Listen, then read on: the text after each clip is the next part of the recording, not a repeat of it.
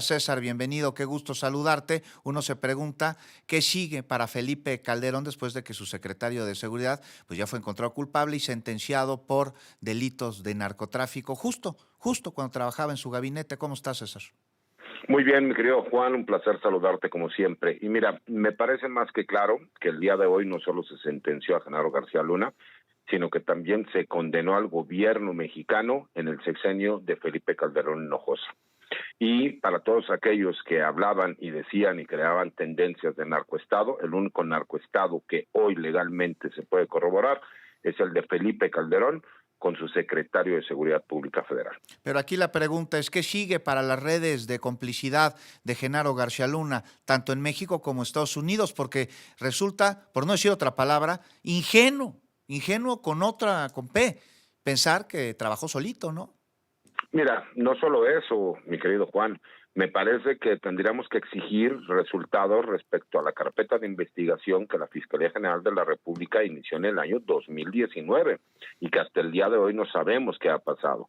Como tú lo dices, es ilógico pensar que existía un secretario de la Defensa Nacional, que existía un secretario de Marina, que existía un secretario de Gobernación y que el mismo presidente de la República, así como un procurador general de la República, no tenían conocimiento. Y si lo tenían, entonces está peor, porque imagínate, si él pudo operar en todo el país, siendo líder de un grupo criminal con alcances mundiales, internacional, pues imagínate qué es lo que pasaba en el país, que entonces quien gobernaba de facto era un grupo criminal por medio de un administrador, que era Genaro García Luna. Entonces, a mi consideración, me imagino que la Fiscalía General de la República debe de Sí. estar trabajando esa carpeta de investigación y deberíamos exigir resultados, Claro, porque César, obviamente, aguántame el corte y regreso contigo.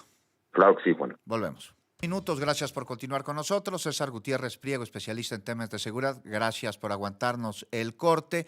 Pues después de que se dicta sentencia 38 años y 8 meses y unos días más a Genaro García Luna, encontrado culpable en una corte en Estados Unidos de colaborar con un grupo del narcotráfico, varios delitos relacionados con el narcotráfico, al mismo tiempo en que era secretario de Seguridad Pública de nuestro país durante el sexenio de Felipe Calderón, que sigue con las redes de colusión que debe haber tenido tanto en México como en los Estados Unidos. Es decir, se le dicta sentencia, César, y ahí acaba la cosa porque no pudo haber operado solo.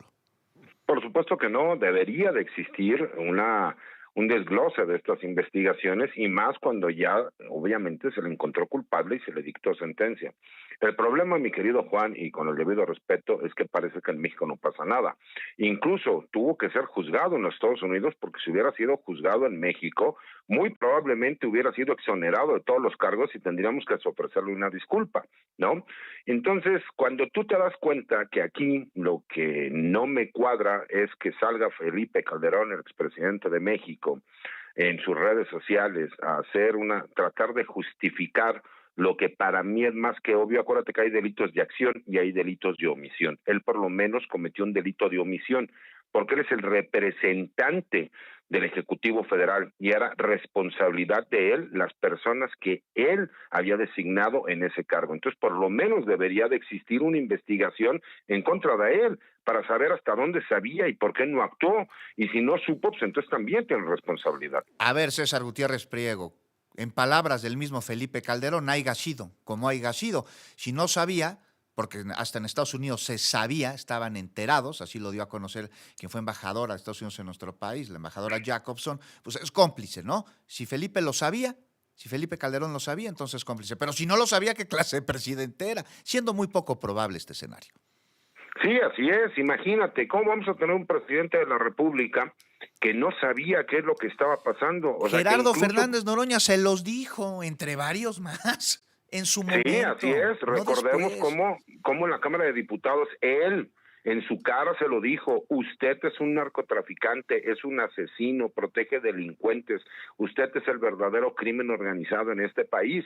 Eso lo dijo Fernando Noroña hace cuántos años, cuando era el hombre más poderoso de este país.